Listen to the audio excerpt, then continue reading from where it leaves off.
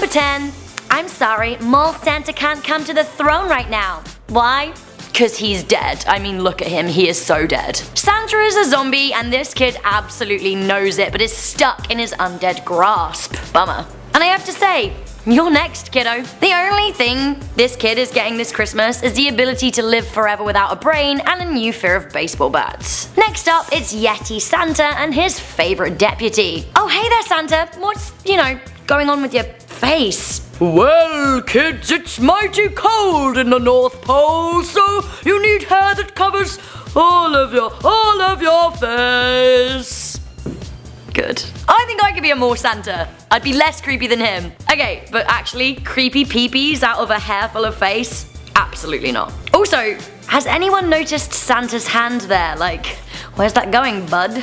Speaking of Santa's hand, he needs to get it off that package at number 8. This Santa is straight up sinister. The package is one thing, his eyes are another altogether. This dude isn't okay, and neither is that yellow stain in his hair. It kinda looks like he's dunked it in a pint of beer, which would explain that rosy glow. Seriously though, Santa is supposed to be a right jolly old elf, but I really wouldn't want to crack a joke around this chap. I think he would shoot me. Next up at number 7 now, we have The Boy Who Killed Santa Claus. This one was written by Mark Allen Gunnels. It's about a 7-year-old boy called Henry Childers. He asked his mum to stay up past 10 on Christmas Eve one year, but she warned him that if he didn't go to sleep, Santa wouldn't come that night. He had hoped that Santa would get things right this year. Last year, he asked for an Xbox, but he got a PlayStation instead. His mum told him not to worry, Santa was probably all out of Xboxes. But Henry had not forgotten. Henry had a rage inside of him. He had been plotting all year. He knew he was too little to fight Santa, but he also knew that Santa liked to have milk and cookies. He also knew that food and drink can always be poisoned. Finish the story to find out what happened to the boy who killed Santa Claus. It's a good one. Moving on to number 6 now, we have Bloody Axe. This story actually comes from an old horror comic, and the pictures you're seeing now are from just that. It's written from the perspective of an 8-year-old boy. He would lie very still under the old moth-eaten quilt his mother had made for him. He would be wide awake and listen out for sounds. On one Christmas Eve, he heard the front door closing and the clomp, clomp, clomp of his father's mud-caked boots, and then there was the sound of dripping on the stairs. Drip, drip, drip. Then his father would pass by his doorway and the light would cast his shadow on the bedroom wall and the shadow of the bloody axe he always carried in his hands. At breakfast the next morning, he slowly asked his mother where his father had been last night. She looked at him with sad eyes but never said a word.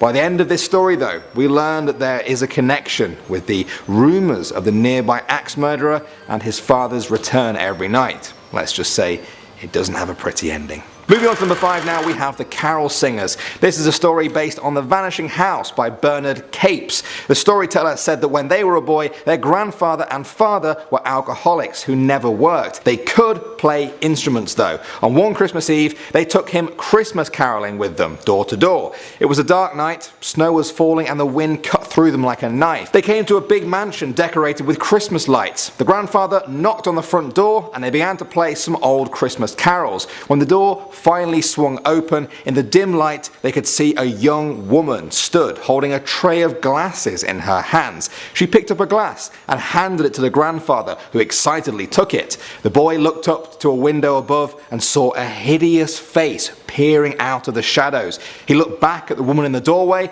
and her face had twisted hideously too. They would live to regret the day they ever came to that mansion and the grandfather taking that glass. Alright everyone, moving on to number 4 now, we have The Clown Puppet. There was once 3 sisters, aged 15, 12 and 7. They told their parents what they wanted for their Christmas gift of choice. The oldest asked for a laptop, the middle for an iPad and the youngest for a small doll. On Christmas Day, the oldest and middle daughters got what they asked for. They were over the moon. The youngest daughter didn't receive a doll though. Instead, she got a clown puppet. She thought it was cute and so she kept it. 2 days later, the youngest daughter disappeared. The next Christmas, the oldest daughter asked for an iPad and the middle child asked for a clown puppet. Sure enough, 2 days later, she disappeared. The next Christmas, the last remaining daughter asked for a clown puppet in memory of her sisters. she disappeared as well. The heartbroken parents never recovered. They eventually became so poor they had to sell everything for money. One day they went into the attic to look for items to sell. That's when they saw, in the darkness at the very back, the clown puppet was sitting on a throne made from lollipop sticks. Arranged all around it were the severed heads and limbs of the 3 missing girls. Next up at number 3 now, we have the Griefer. He told them the story of the Grifter, the most awful thing in the world. He lives in a cave at the North Pole. The coldest, wettest place on Earth is where the Grifter makes his home. He sleeps in the wreck of a ship. He doesn't mind the cold and he doesn't mind the wet, but the thing he hates most of all is to hear someone say his name. He has very good ears and they get bigger every time his name is spoken anywhere on Earth. Sometimes his ears get so big he can use them to fly. At this point, Steffa said she didn't like the story. It was scaring her. It's too late now, the mother said. We've already mentioned his name. The Grifter is probably on his way to our house this very minute.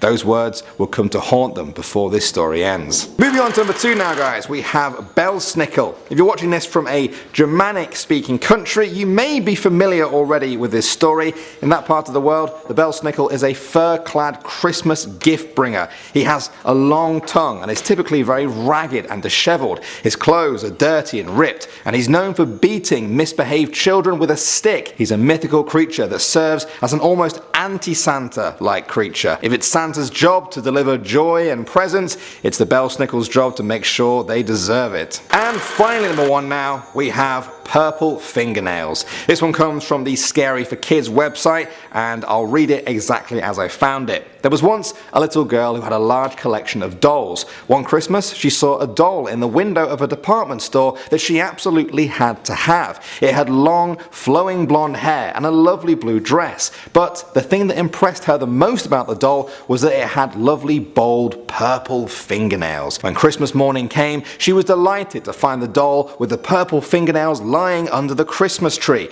She played with it all day, and when she went to sleep, she put it on the table at her bedside. That night, the little girl was awakened by strange noises. It was still dark outside. She looked over for her doll, but it was nowhere to be found. The girl, puzzled, got out of bed and walked into the hallway. The door to her parents' room was ajar, and she pushed it open softly and looked in. Her parents appeared to be sleeping soundly, and so she went back to bed. In the morning, she saw the doll with the purple fingernails was sitting on the table by her bed, exactly where she had left it. She assumed that she must have just been having a bad dream, but when she went into her parents' room that morning, she found them both lying dead in a pool of blood. There were 2 purple doll fingernails stabbed into their hearts. Coming in number 10, we have he kidnaps naughty children. So where do all the elves come from? That is never explained in the Santa Claus lore, and it seems that it's a pretty huge gap in the knowledge of what goes on behind the scenes with the big man in the North Pole. And elves are a key part of his operation. Without the thousands, maybe millions of elves, how would he be able to do all the things that he does? Well, he wouldn't. And to ensure that he always has a fresh supply of workers, Santa Claus is kidnapping bad kids from all over the world and taking them back to the North Pole and forcing them to work for him. Santa heads out to drop off all his presents, but he's doing double duty. He's not just giving people what they wished for, he's also taking back a ton of fresh workers to come for the new Christmas season. Why do you think his sack of toys always looks like it has toys in it? Even when he's gone to most of the world, it still looks full. That's because every present gets replaced with a naughty kid. He hauls them all back in his massive sack and then dumps them in the toy shop and puts them right to work. Now on to number 9, his elves are slaves. Everyone knows Santa has little helpers who wrap presents all year round for the big man in the red coat and white beard to hand out. There have been countless movies, TV shows, even songs about Santa's elves, and they always appear to be so cheerful and happy. But maybe it's all an act. And tying things in with Chase's previous point, how Santa takes naughty kids and makes them work for the next Christmas season, well, it seems quite evident that these elves, or kids, are working against their will. It's possible Santa has an army of both elves that he oversees, as well as the naughty youngsters, who inevitably will be taken to the most northern point of the world. Santa is known as the King of the North Pole, and for these elves to just be working all day long, wrapping gifts while cheerfully singing and dancing, all while Santa gets to kick back and relax, prepping for the one night that he has to travel the world, handing out presents. I mean, come on. He's obviously handing off the work he doesn't want to do to his elf slaves and calling it a career. Coming in number 8, we have he's stealing from people. This guy is coming into your house and no one hears him. He's one of the stealthiest people on the planet. When he comes into your home, you're just trusting that he's not going to do anything shady. Well, what if he's doing something that isn't up to par? I mean, you have to leave out milk and cookies for the big man, and what happens if you don't? Does he go off the handle and put you on the naughty list because you didn't bribe him with some sugar? And what happens if he has some technical problems when he's going from house to house? His sleigh breaks down, his toy sack rips open, or any of the other millions of problems that could happen when you're delivering toys to every kid in the world. Well, he's not just going to stop the job, he's going to repair his sleigh, and he might need to take some stuff from you. And guess what? He's not gonna ask. He's not gonna wake you up in the middle of the night and ask you for a socket wrench because A, it would reveal that he's real, and B, there's a good chance that you would just attack him in that moment. Is Santa high at number 7? Like, actually, probably. I genuinely thought that Santa's tongue was this young girl's ribbon for a really uncomfortably long period of time, but actually, thankfully, it's not. I really still wouldn't trust him though. Look at little Jeff on the left, that's a fake smile if ever I saw one. And Emily on the right, those eyes are screaming, help me. Oh look, it's Santa's killer cronies at number 6. Okay, so skipping over Our Mate Father Christmas for just one moment, get a load of the expressionless clown to the left and Donnie Darko the Nightmare Bunny to the right. Then there's Santa. Straggly beard and a mismatching monobrow because male grooming is just not a primary focus in the North Pole, apparently. Just prepare yourself for number 5. Are you prepared? I really hope so because here he is. I can't decide whether this child is cute or is actually the spawn of Satan. If she is evil, she and nightmarish Saint Nick might make a great duo of villains. Seriously though, what is happening here? Why is Santa wearing blue eyeshadow and what's happening with his eyebrows? And I mean, oh, so much going on. Also, what is that right eye doing? It's over here, but he's over here. I've also just noticed his tan driving gloves. I'm very disturbed by this man. Speaking of gloves, why is Santa wearing Dexter-style murderous rubber gloves at number 4? Okay, but actually the gloves really aren't the worst part of this picture. Is this the purge? That's my question. Santa's wearing a mask and I really feel like Santa should never wear a mask. Also, you can see his cheap shirt poking through his red suit, which makes me think that actually this is just one big disguise and he isn't really Santa after all. I feel like this little girl knows it too. She's like, ugh. Why is everyone in the background laughing at this hellish scene? They need to call for help. I can see police signs, but where are actually the police? This kid absolutely called it at number 3. Santa is a literal ghoul and this girl is calling upon the power of Christ to compel him. Also, this is one ghoul who can travel because here he is again taunting another child. Another demonic Santa at number 2. Did we say that Santa lives in the North Pole? Right, yeah, actually we meant hell. Santa lives in hell. Even his hood is menacing. Also, since when did Hell Santa wear lipstick? Ugh. Okay, so before we hit number 1, I just want to give an honorable mention to this bunny. If we ever do a creepiest Easter bunnies of all time, then this honey would be right up there. Okay, finally at number 1, we have this red-faced menace. Ooh, I'm actually kind of lost for words here. Someone needs to tell this kid that this Santa is an imposter. Just look at his hands. Monster hands. The actual hands of a monster. Sure, he's scary with this strange scarlet mask on, but imagine what he's hiding underneath. Whoa. Starting off in our number 10 spot, we have Belsnickel. Belsnickel is a monster that comes from German folklore. He appears in old raggedy clothing and fur, and he carries a switch with him. The strange thing about Belsnickel is that he also carries candy to reward the good children, which I mean, good for him for putting in a bit of an effort to not be entirely evil, but I'm not sure if giving out candy as a reward really makes up for the fact that he uses the switch to beat the ones who are being bad. You know? Can't really forget that. I think it might just be best to stick with the classic Santa's lump of coal for the poorly behaved children. In our number 9 spot today we have Hans Trapp. Hans Trapp is an anti-Santa type character and comes from some regions in France. The story goes that he was actually a real man who was very greedy and evil and that he worshipped Satan. After being excommunicated from the Catholic Church, he decided to head to the forest where he disguised himself as a scarecrow.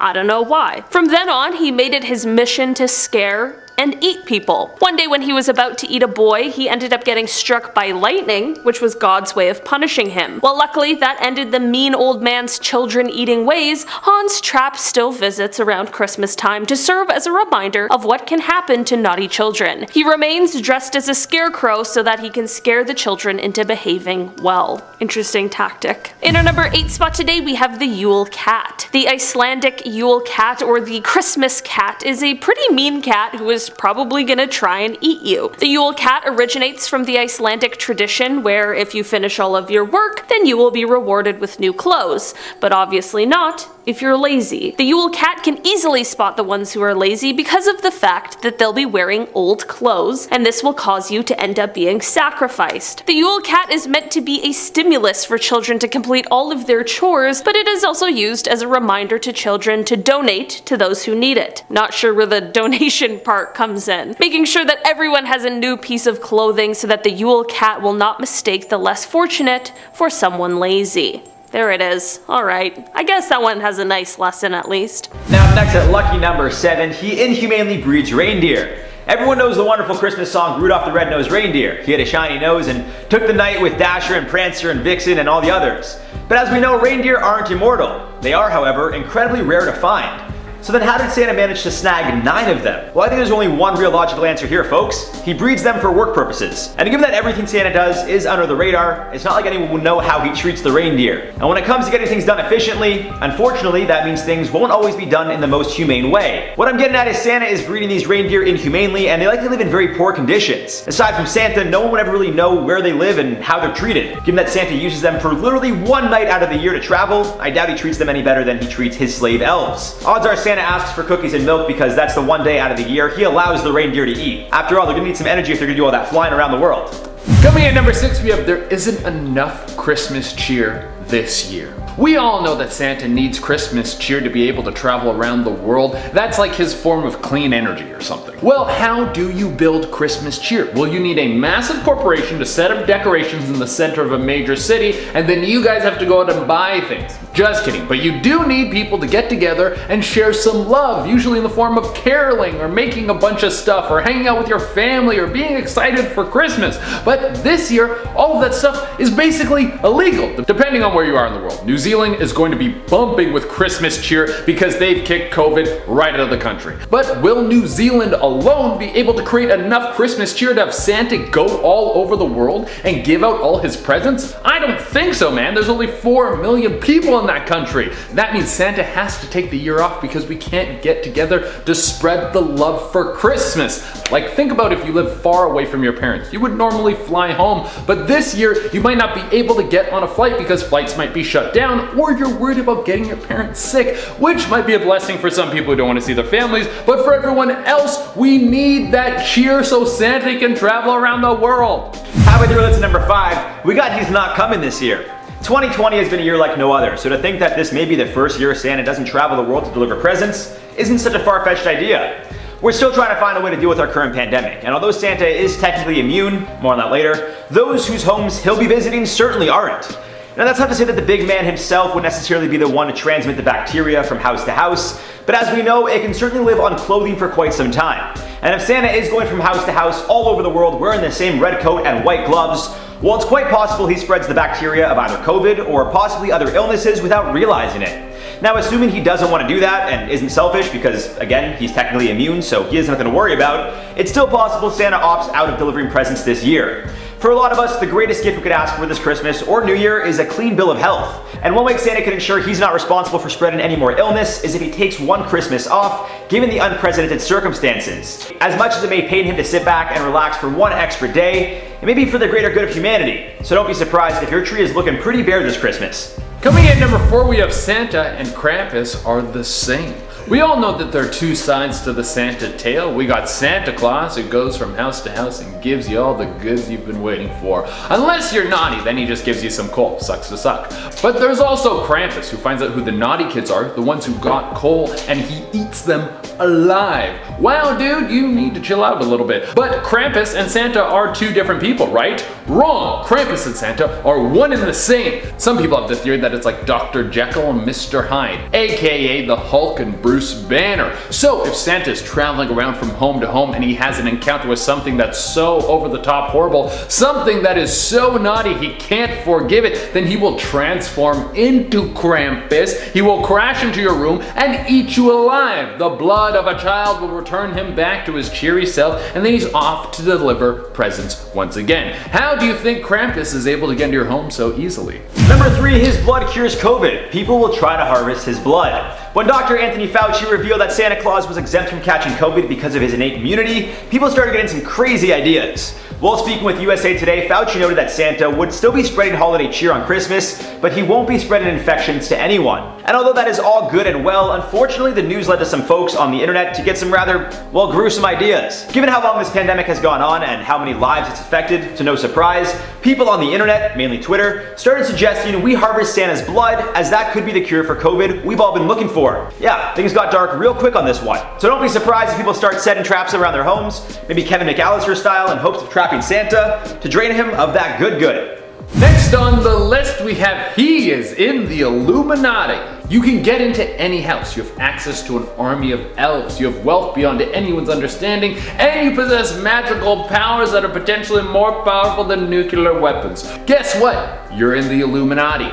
But this has been suggested for a long time, even outside of the magical myth of him. The image of Santa and the tool of Santa has been used to corrupt people for decades. I mean, did you guys know that Santa wasn't even red until Coke made him red? That's right, Coca-Cola transformed the image of one of the biggest marketing tools in the world so it would fit their brand better. They try and make him seem more wholesome, but really he's just something that a massive corporation uses to try and get kids indoctrinated with the idea of consumerism. Before kids are even smart enough to tie their own shoes, they're sitting on the lap of a corporate ad giving him a sales pitch of what they want their parents to buy them that year. Really, it's an ingenious plan by the Illuminati. Also, if you guys are hiring, I'd be down to join. Let me into the Illuminati, please.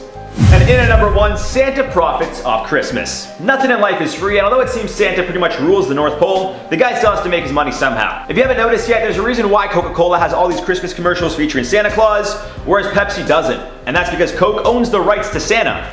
It seems Mr. Claus is the biggest sellout of them all, as he's not only sold his image to a soft drink company, but he also allows people to profit off of his image by selling costumes resembling himself. Every year at Christmas parties, you see a guy dressed up pretending to be Santa Claus, wearing the beard, hat, and red coat. Obviously, they're not the real deal, but Santa has still found a way to make his profits.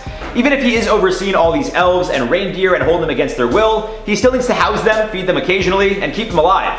And assuming there's millions, well, that ain't cheap. Starting off at number 10 now, we have the sock puppet. This one comes from Ireland, where many years ago a man owned all the land around a village and rented it out to the poor farmers there for a profit. He was very kind to his own family, but brutal to the other villagers. He made a fortune from this cruelty. The villagers hatched a plan to overthrow him one day. One Christmas night, he threw a lavish party for his friends while the villagers were starving in the cold. A villager arrived bearing a gift. He said it was a present for the rich man's daughter. The girl opened it to find a sock puppet that the villager had knitted. He asked for some food in return. The rich man gave him a single potato.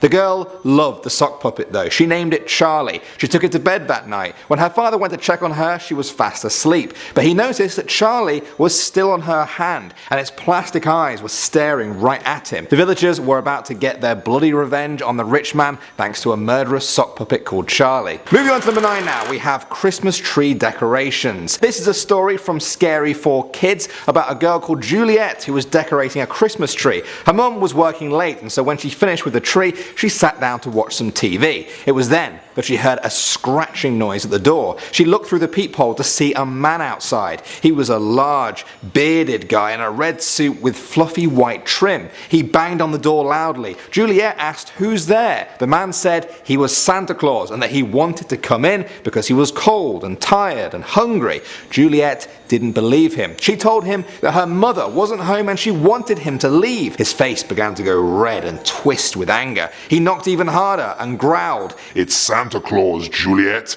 Have you laid out some milk and cookies for me, Juliet? You know how much Santa loves his milk and cookies." Honestly, it's a creepy story from start to finish, and it only gets worse for Juliet from there. All I'll say is make sure you don't read it right after you've eaten. Moving on to number 8 now, we have The Figure. This one comes from Arthur H, who shared his story on cagemom.com. He said, "My mother, to whom I was very close, passed away in 1964 when I was 17 years old. I left home that year and moved to Ontario from Nova Scotia. In 1969, I met a girl who I will call Karen, and we got married in March of 1970. In December of 1971, we were expecting our first child. We were living in a small 1.5 bedroom bungalow. There was a fireplace in the living room. My wife and I loved the fireplace, and we had it lit every night. It was Christmas Eve 1971, and we had just finished putting the gifts under the tree, and a nice fire gave off a beautiful glow. On the tree, one string of lights, which was supposed to flash, had stopped several days before. It was 5 minutes to midnight when the fireplace suddenly just about went out, and the string of lights started to flash, and the other lights stopped flashing. My wife and I were sitting on the floor, and it had become very chilly in the room. I looked over to my lazy boy chair, and a figure was sitting there. My mother, with a big beautiful smile on her face. My wife, who had never met my mother, said she could see the same thing. This ghost never spoke, but just kept looking at me and my wife and smiling. At 12 midnight, the fire in the fireplace started up again, and the lights on the tree stopped flashing, and the others started flashing again. I looked over in the chair, and the ghost was gone. No matter what I did to those Christmas lights, they never flashed again. In our number 7 spot today, we have Krampus. For this one, we have the evil Christmas legend Krampus. While Krampus was made into a 2015 horror comedy movie, there really isn't anything funny about this legend. Krampus is the anti-Santa Claus and really undermines the holiday spirit that we all know and love and look forward to every year. Legend says that Krampus is supposed to scare the kids on the naughty list into behaving better, but it gets really dark when we take a look at how he goes about scaring them. Krampus either beats them with birch branches, which is already gruesome and evil enough, but he will also tie people up in a sack and haul them off to hell. Alright? That's why the sack is so big, full of naughty people. Krampus is mainly a German and Austrian tale, but he is definitely recognized in other countries who have their own versions. I don't know about you, but I'd really rather get a lump of coal under the tree than get kidnapped by Krampus. Alright? I don't think he has mulled wine. In our number 6 spot today, we have Grilla. Grilla is an Icelandic ogress who kidnaps, cooks, and eats those who are misbehaving. I don't know why. A lot of people like to eat people on this list. Apparently, she has extra special abilities that cause her to be able to sense the bad behavior in nearby towns. It's like a sixth sense. Sixth sense. It's hard to say. She will then kidnap them and bring them back to her home, where she cooks them into stew, which is her favorite meal. Of course. She is the mother to all of the Yule lads, and apparently she also has had 3 different husbands and has a total of 72 ogre children. I feel like I'd also probably really hate misbehaving if I had to look after 72 of my own children. Her children are also monsters just like her, and they love to cause trouble. It is said that the Yule cat that we talked about also lives with Grilla, so she's definitely got a full house. Maybe Grilla just needs a day off, you know? She's got a lot on her plate, it seems. In our number 5 spot today, we have the Grither. What else is up north with Saint Nick and all of the elves? You think with all the magic up there would have to be something else that might not be as nice. Well, that is where the Grither comes in. The Grither is big and bad, and he will come to your home if you do one thing wrong. See, the Grither is an ugly beast that lives in a cave. It's said that this cave is the coldest, dampest place in the world. Not where I would build my first home, but the Grither doesn't seem to be bothered by his living situation. He is as tall as a tree and has long, thick arms and fists big enough that they could wrap around your entire head. His skin is see-through, and you can see all of his horrible veins that are plastered throughout his body, but still, all of this is fine with the Grither. He doesn't mind his appearance one bit. I like his body positivity, but what he doesn't like is his name. The Grither's ears are so big that he can hear all the way around the world. Every time someone says his name, he hears them and his ears grow bigger. If you say his name, which I guess I'm screwed, he will use his big ears to fly to your home. He'll wrap his hands around your head and grither you, which is popping your head like a tomato. So, telling that story is a great way to make sure that your kids sleep tight on Christmas Eve, especially because you have to say the name Grither like 13 times just to finish the story, so it's not looking good for us. In our number 4 spot today, we have Silent Nightmare. This story is a cautionary tale to those who stay up waiting for Santa on Christmas Eve instead of soundly sleeping like they're supposed to be. This story says that staying awake is behavior that can land you on the naughty list. Of course, it's every person's nightmare to end up on the naughty list because who wants a lump of coal waiting for them under the Christmas tree on Christmas morning? Alright, you can tell I'm traumatized by the lump of coal. I don't like it, I don't want it. Well, the story goes that if you stay up waiting for Santa, you are about to meet a fate potentially worse than just a lump of coal. Since Santa knows everything, like when you're sleeping or awake or if you've been good or bad, he'll definitely know if you're trying to sneak a peek of him delivering gifts. Apparently, if you stay awake on Christmas Eve, Santa will throw you in his gift sack and take you all the way back to the North Pole, where he then makes you join all the other elves. After all, how do you think he got all of those elves?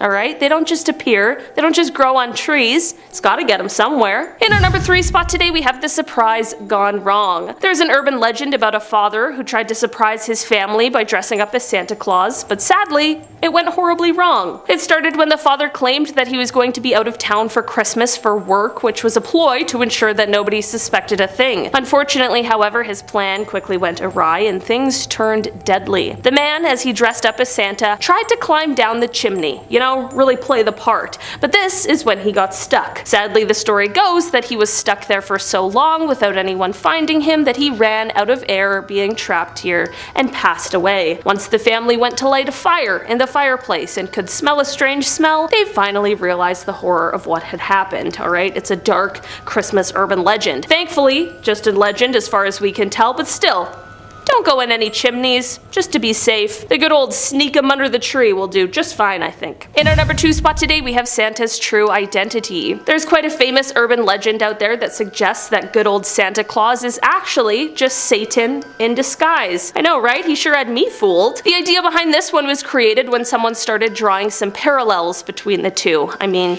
both have a thing for red, they can fly, and I mean, Satan, Santa, that's a typo that anyone could make. Despite these convenient coincidences, don't get too skeptical of old Saint Nick. Turns out that Santa Claus is actually derived from Sinterklaas, which is the Dutch word for Saint Nicholas. Not actually anything to do with Satan or the devil. It's a good story if you're trying to freak someone out though. In our number 1 spot today, we have Frau Perchta. This legend comes from Germany and Austria, and the legend of Frau Perchta is a terrifying one. Also known as the belly slitter, this evil Christmas creature takes the lives of her targets by opening up their stomachs and stuffing them with straw and stones. She also likes to eat people, just to top it all off. You might be wondering who her victims are, and those would be people with dirty homes, those who worked during the 12 days of Christmas, or, of course, the worst, those with bad behavior. That's awful enough to land them on the naughty list, but it is said that her absolute least favorite kind of person is someone who is lazy. Alright? All in all, it's safe to say you better not get on Frau Perchta's bad side, or else instead of delicious food, you'll find your belly full of straw and stones. Or worse, you'll find yourself inside of the belly of the beast herself. Coming at number 10 now, we have the Whipping Father. In Belgium and France, there is an old legend around a man called Père Foutard. The story goes back to the 12th century. This man spent his early years as an innkeeper, a kidnapper, and then a murderer. One day, at the inn, 3 rich boys visited on their way to a religious boarding school. The man wanted their money, and so he kidnapped them and took them away to slit their throats. He then began to prepare them for some sort of human stew, but at the last moment, Saint Nicholas himself showed up and resurrected the 3 boys. That's right, Santa himself saved the day. Seeing this power, the man then repented and became Santa's partner. His job was to whip the bad boys and girls on Santa's naughty list. That makes the naughty list about 1,000 times worse, I think. Alright, moving on to number 9 now, we have Krampus. Some of you guys may have seen the 2015 horror movie this one is based on. The story comes from southeastern Europe and dates back hundreds of years, and it's pretty terrifying. The Krampus is a horned half-goat, half-demon figure. At Christmas, he punishes children who have misbehaved. He would take children, beat and torture them before kidnapping them and taking them to his secret lair to just continue beating and torturing them. In modern times, there has been a bit of a movement to stop telling kids the story of Krampus because it scares them so much. Probably scares some of the adults too. Alright, moving on to number 8 now, we have the Yule Lads. These figures come from Icelandic folklore. There are 13 Yule Lads. They're the sons of mountain trolls who have a bit of a taste for the flesh of naughty children. The 13 of them harass and pull devilish pranks on people, making their lives a misery. Each one of them has a different job. One of them will steal your food, another will wait for you under your bed, another slams doors, while another simply watches you through windows. How creepy is that? For me though, perhaps the scariest one is the candle stealer. He follows children around so that he can steal their candles, leaving them in the dark. Although in modern times I imagine he's figured out light switches. Moving on at number 7, we have White-Faced Santa. So you're telling me that someone actually let this man out in the mall to take pictures with children like that? No one thought, hey, maybe ease up on the makeup, you look like a scary porcelain doll. The rosy cheeks and nose look anything but jolly. His skin literally looks fake, like he's wearing a mask, but he's not. And you're telling me that kids willingly hopped on his lap and parents were like, yeah, no, he doesn't seem sketchy at all. Excuse me, he looks like a demon from my nightmares. I've never seen a scarier Santa. Moving on to number 6, we have the disease spreader. Back in December of 2006, it was discovered that the local mall Santa in Toledo was actually a carrier for the bacteria that causes meningitis. Turns out that he was spreading this to parents and other visitors. You know how many people the mall Santa sees daily? Hundreds. That means hundreds were exposed to him. Santa himself was an asymptomatic carrier of it. As a result, hundreds of families were notified, and those who got really close with Santa Claus were put on antibiotics as a precaution. Way to go, Santa. Way to ruin Christmas. We're now at our 5th and halfway mark with Santa. Santa, the camera is this way, and her eyes are up there. This seems like the most action Santa has got in years. Not only is he getting frisky there, but he's not even being casual about it. He's fully staring at her boobies, and he's trying to cop a feel. That is very inappropriate, I'm telling Mrs. Claus. But in all seriousness, let's hope that this was a joke and that the poor woman was comfortable with it and consented to it. In our 4th spot, we have the indecent exposure. Imagine being young and excited to meet Santa Claus. You're standing in line, eagerly waiting, when all of a sudden, Santa gets up and pants himself, exposing his candy canes and Christmas bulbs to everyone. That would be pretty traumatizing. Well, this happened in real life. It happened at the Walnut Grove shopping mall in Flagstaff, Arizona in 2014. Apparently, the mall's Santa Darnell Kendrickson got all upset because he wasn't allowed a break. So, in retaliation, he went back to his Santa's chair, dropped his drawers, and began to touch himself. Thankfully, he was arrested shortly after and he was fined $50,000. And obviously, he was fired. What's sad though is that no one came to post his bail, so he was stuck inside prison over the holidays. That's not very merry. Moving on at number 3, we have Jack Nicholson Santa. Now, why did I name this the Jack Nicholson Santa? Well, see for yourself. Here's Santa! Does he not look like Jack Nicholson from The Shining? Yes, he does. Why did Santa need to peel his eyes wide open like that? And what's with his facial expression? I'm genuinely concerned. It seems like he's on or he's hyped up on caffeine. Either way, I wouldn't want to get close to him. Next thing you know, he whips out an axe from under his chair and starts hacking up his elves. Moving on to number 2, we have Alien Claus. I don't care what anybody says, aliens are real, and this right here is an alien. This is not a human. This is an alien pretending to be Santa Claus. For starters, what's up with his forehead? Didn't know Santa had that bad of a receding hairline. Maybe that's why he likes wearing those red Christmas hats. He's over there looking like Megamind. Not only that, but what is on his face? I can't tell if it's prosthetics or a cheap scary mask. Either way, he looks terrifying. Santa's also looking a little stressed. Like, look at all those forehead lines. Someone get this man some milk and cookies ASAP. Again, my question is, why did they think Santa actually looked good like this? Like, who allowed this? And in our number 1 spot today, we have the Kidnapper Claus. Who here would love to go back to the North Pole with Santa and become one of his little helpers? Well, back in 2015 in Florida, a crazed man dressed as Santa was going around a local mall trying to convince young shoppers that he was Santa and that they should come back to the North Pole with him and become one of his elves. He also said he had lots of toys out back for them. Obviously, this was just a kidnapping ploy. Thankfully, he was caught and arrested and no one got hurt. Starting off this countdown, we have the Santa. In December 2011 in Berlin, a Santa Claus at the Alexanderplatz Christmas market was going around drugging young women after offering them a shot of alcohol. First off, I don't know about you, but I would not accept a beverage, let alone alcohol, from a dude dressed as Santa Claus. But apparently he convinced one girl to take a shot with him. Thankfully, the girl was with a friend who didn't take the shot. The one that did was left violently vomiting. 8 other women were victims to this as well. Some even passed out completely. So what did we learn today, folks? Do not accept drinks from strangers, even if they're the Easter Bunny or Cupid or Santa Claus. Moving on at number 9, we have Killer Claus. I'm sorry, but what? Well, I'm sorry. Take a look at this mall Santa and tell me this isn't a character from the Purge series. Seriously, isn't this the mask that the characters in the Purge wear? I think so. Also, where are his eyeballs? This dude either has the biggest eyelids ever or he has no eyelids at all. I really don't know how that kid is smiling because Santa is looking quite creepy. And honestly, same with that elf in the background. If I pulled up to the mall and saw that thing sitting there, I'd grab my kid and leave so fast. That is not okay. In our 8th spot, we have Santa the Homicide Detective. Bet you didn't know that Santa used to solve murder cases and has the power to bring dead people back to life. This is a legend shared by French families on Christmas. In particular, they would tell their children about the story involving 3 kids that got lost in the woods. While trying to find their way back home, they stumble upon a butcher's house. They knock on the door and ask for help. However, kind of like Jack and Jill, the butcher invites them in and fattens them up.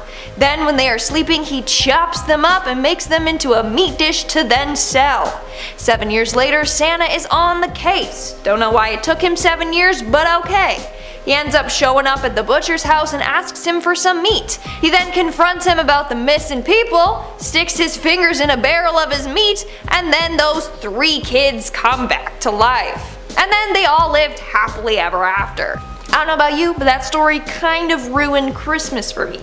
Santa needs to stick to the North Pole and helping his elves and Mrs. Claus, not murder victims. Okay, at the number 7 spot now, we have Belsnickel. This story comes from southwestern Germany. Belsnickel is said to be a man who wears rugged furs and a mask. He has a long tongue and carries around a switch in his hand to beat naughty children with at Christmas. A switch is a piece of wood or some sticks that are usually used in beating punishments. He would have treats for the good children, but even then, he would often beat them as they reached to grab the treats off the floor. I think I'd just pass on the treats altogether. Next up at number 6 now, we have Frau Pachata. This is the German and Austrian story of a witch who visits people's homes during the 12 days after Christmas. She's known for being particularly hideous and also what she does when she visits people's homes. If a child has been good all year, they may receive a small gift, but if they have been bad, she would slit open the children's bellies, remove their stomach and guts, and stuff the hole with straw and pebbles. She would also do the same to anyone that ate something on her feast day other than fish and gruel. I don't even know where I get my hands on some gruel, so I might be screwed, but I'm also not a kid, so yay. Okay, at the number 5 spot now, we have Hans Trapp. Hans is essentially the Christmas boogeyman in one part of France. He is said to be the anti-Santa, although he started out life as a normal man. He was rich, greedy, and all-round evil. He worshipped Satan and was then expelled from the Catholic Church because of it. Eventually, he was exiled to the forests and used to catch and eat children by posing as a scarecrow. One day, he was about to eat a boy he had captured, but was struck by lightning and killed as a punishment from God. That didn't stop stop him though, and he is still said to visit young children at Christmas, dressed as a scarecrow to see how they've behaved. Alright, at the number 4 spot now, we have La Befana. La Befana is an old Italian Christmas witch. Her story comes from Italian folklore that some say dates right back to Roman times. There are many origin stories for her, but one of the stranger ones says she wasn't always a witch. She used to be just an ordinary woman with a child who she loved with all her heart. Tragically, her child died, and the grief sent Befana crazy. She heard the news that Jesus had been born though, and so she set out to look for him, thinking that he was actually her son. She found him and gave him gifts. In return, Jesus gave her the gift of being the mother to every child in Italy, and to give them gifts at Christmas. So, if you're ever in Italy on Christmas Eve and catch sight of a broom, say hi to the witch. Next up at number 3 now, we have Mari Lwyd. This tradition originates from South Wales in the UK and involves a zombie horse. Yes,